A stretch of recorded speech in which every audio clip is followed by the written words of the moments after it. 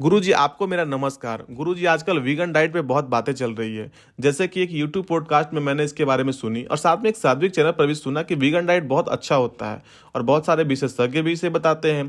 गुरुजी आए दिन न्यूज़पेपर में भी आते रहता है, इन सब के बारे में कोई नुकसान बताता है तो कोई फायदा बताता है।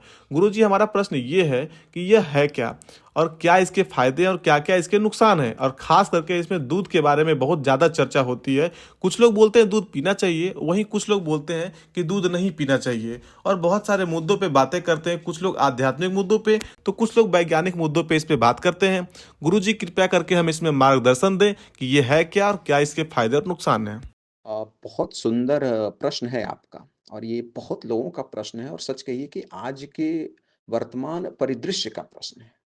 हालाँकि आपने एक ही प्रश्न में बहुत सारी बातें पूछ ली है, तो मैं एक-एक करके सारी बातों को क्लियर करूँगा और ये थोड़ा लंबा भी चलेगा, क्योंकि आपने बहुत सारे मुद्दों को उठाया है। फिर भी मैं कोशिश करूँगा कि कम शब्दों में ज़्यादा से ज़्यादा अपनी बातों को रख सकूँ। देखिए, सबसे पहले हमें ये समझना पड़ेगा कि वीगन डाइट आखिरकार है क्या? तो आज से पहले हम लोगों ने 2 चीज़ें सुनी थी, है ना? वेजिटेरियन और नॉन वेजिटेरियन। वीगन आ गया बीच में, बाद में। लगभग 1950 के दौर में बहुत ज़ोर-शोर से इसकी बात चलना शुरू हुई थी। आजकल ये बहुत ज़ोर पकड़ रहा है। होता क्या है कि हमारा जो खाना था वो पौधे, पशु-पक्षियों पर आधारित था। अब वीगन कह रहा है कि नहीं, हम पशु और पक्षियों को छोड़कर सिर्फ़ पौधे पर आएँगे। मतलब मांस तो हम बंद कर ही रहे हैं। डेयरी प्रोडक्ट भी बंद करेंगे। वो प्रोडक्ट जो दूध, पनीर, मक्खन वगैरह है, उसको भी हम बंद करेंगे। आसान भाषा में कहें तो हम सारी अपनी ज़रूरतें पौधों पे आधारित भोजन से पूरा करेंगे। सच कहिए तो ये सिर्फ़ एक डाइट नहीं है, यह एक जीवन का विचारधारा भी है, जिसमें हम कोशिश करते हैं कि न्यूनतम हत्या हो और हमारा जीवन सर्वाइव करे। ठीक है? अब सिर्फ़ ये खाने पर ही आधारित नहीं है। इसमें ये भी चीज़ें बढ़कर आती है कि जूता, बहुत सारे मेडिसिन जो हम ले रहे हैं, कपड़े, वो भी जानवरों के द्वारा बनाया जाता है। चूँकि बहुत ज़्यादा ज़रूरी है वो चीज़ें, तो एक साथ तो उसको बंद नहीं किया जा सकता, लेकिन उस पर भी बातें की जाती हैं। अब हम इसके कुछ फ़ायदे देख लेते हैं, ज़ाहिर-सी बात है, इतना आंदोलन हुआ है तो फ़ायदेमंद ही होगा।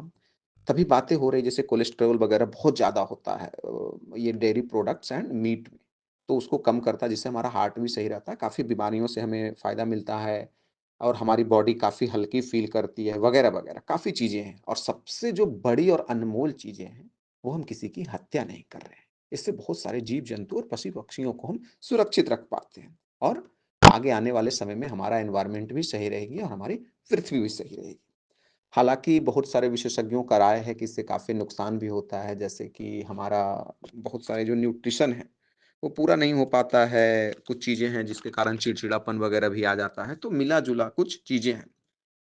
हाँ, लेकिन मेरी जो सबसे बड़ी बात है, वो चिंता का विषय ये है और मुद्दा ये है, जैसा कि आपने ही पूछा कि दूध पे बहुत ज़्यादा बातें हो रही है आज के वीगन में, ख़ास करके डेयरी प्रोडक्ट पे। उसमें दूध की बहुत ज़्यादा चर्चा हो रही है। तो मैं अपने चर्चे का मुख्य उद्देश्य दूध पर ही रखूँगा। देखिए, सबसे पहले मेरा एक सवाल है कि जितना वीगन में दूध के बारे में बात की गई, क्या कोल्ड ड्रिंक्स, शुगर से बने आइटम, फ़ास्ट फूड, सिगरेट, नशा, तम्बाकू पे इतनी बात हुई क्या? क्यों? ये सारी चीज़ें पर बात होनी चाहिए ना। आप जानवरों की जीवन बचा रहे हैं, ये सराहनीय होनी चाहिए। पशु-पक्षियों की जीवन सराहनीय होनी चाहिए। लेकिन इंसानों के जीवन की कीमत पर तो नहीं होनी चाहिए।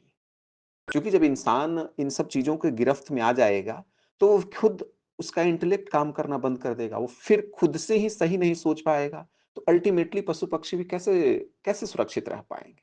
लेकिन नहीं, इस पे बात नहीं होती, बजाए इस चीज़ पे कि दूध खराब है। देखिए, जो मेडिकल साइंस कहता है, वो कहता है कि दूध अगर लिमिटेड मात्रा में ली जाए, और दूध सबके लिए फ़ायदेमंद नहीं है, लेकिन लिमिटेड मात्रा में कुछ लोगों के लिए फ़ायदेमंद है।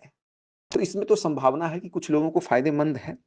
लेकिन मुझे आप बताइए कि कोल्ड ड्रिंक्स में, शुगर से बने प्रोडक्ट में, फ़ास्ट फूड में किसको फ़ायदा हो रहा है?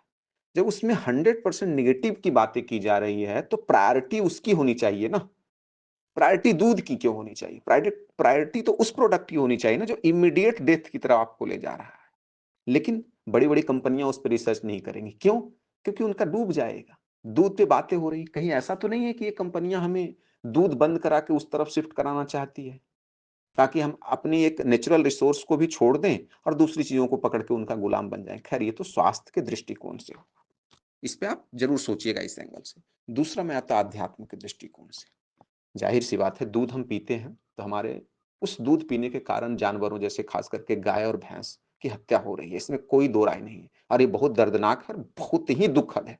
ये रुकना ही चाहिए, चाहे इसके लिए हमें दूध बंद करना पड़े और करना ही चाहिए।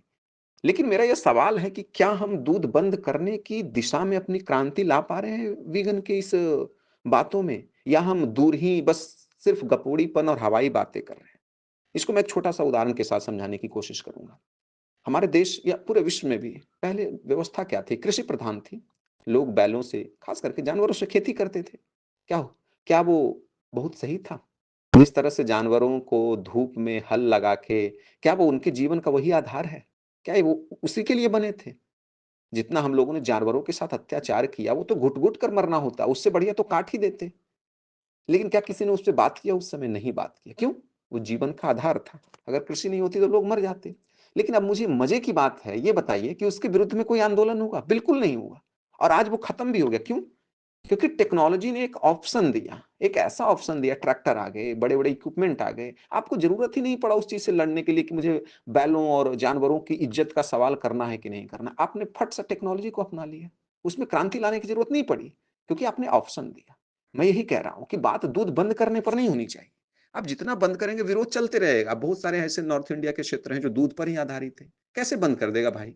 जब उनकी जीवन की बात आएगी तो पहले अपना जीवन देखेगा ना, बाद में जानवरों को देखेगा। और बहुत सारी बातें ये भी है, वो इतना इंश्योर करते हैं कि किसी की हत्या ना हो, वो देवी की तरह पूजते हैं, वो आपकी बात क्यों माने?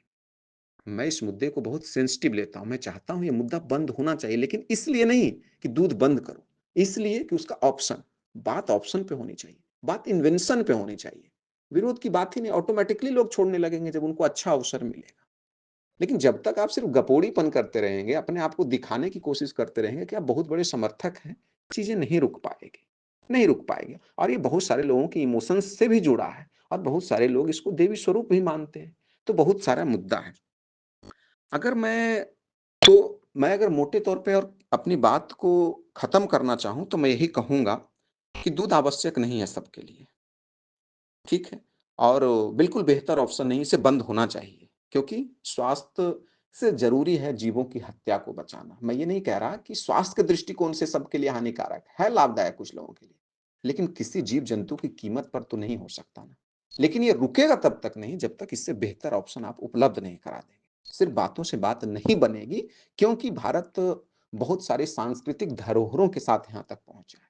कोई इसे देवी मान रहा है, कोई पूज रहा है, कोई गारंटी ले रहा है कि मैं कटने नहीं दूँगा। तो ऐसे सारे मुद्दों को सुलझाने का एक ही ऑप्शन है, टेक्नोलॉजी और बेहतर ऑप्शन। हाँ, अगर जब तक मेरा यह व्यक्तिगत मानना है कि बिल्कुल स्वास्थ्य के दृष्टिकोण से ये कोल्ड ड्रिंक, शुगर से बने प्रोडक्ट और फ़ास्ट फ़ूड से बेहतर है। अगर उनको लेने की ज़रूरत पड़े, तो उससे बेहतर आप दूध का उपयोग करें। लेकिन इस कीमत पर नहीं कि उनकी हत्या हो, क्योंकि हत्या रोकना ज़रूरी है। अगर आप इंश्योर कर रहे हैं कि जिसका मैं पालन-पोषण कर रहा हूँ, उसको अपने फैमिली मेंबर की तरह रख रहा हूँ और रखूँगा आजीवन, तो आपको 1 ग्लास दूध कोल्ड ड्रिंक के बजाय पी लेने में कोई नुकसान नहीं। लेकिन अगर बृहत स्तर पे बात की जाए तो ये एथिक्स फॉलो नहीं किया जाएगा, इसको रोकना चाहिए, मेरी ख्वाहिश है, लेकिन ये रुकेगी तब तक नहीं, जब तक आप टेक्नोलॉजी से उससे बेहतर ऑप्शन उपलब्ध नहीं करा देंगे। मुझे लगता है कि मैंने आपके सारे प्रश्नों का उत्तर दे दिया, फिर भी कोई प्रश्न होंगे तो आप पूछ सकते हैं। चलिए बहुत-बहुत धन्यवाद।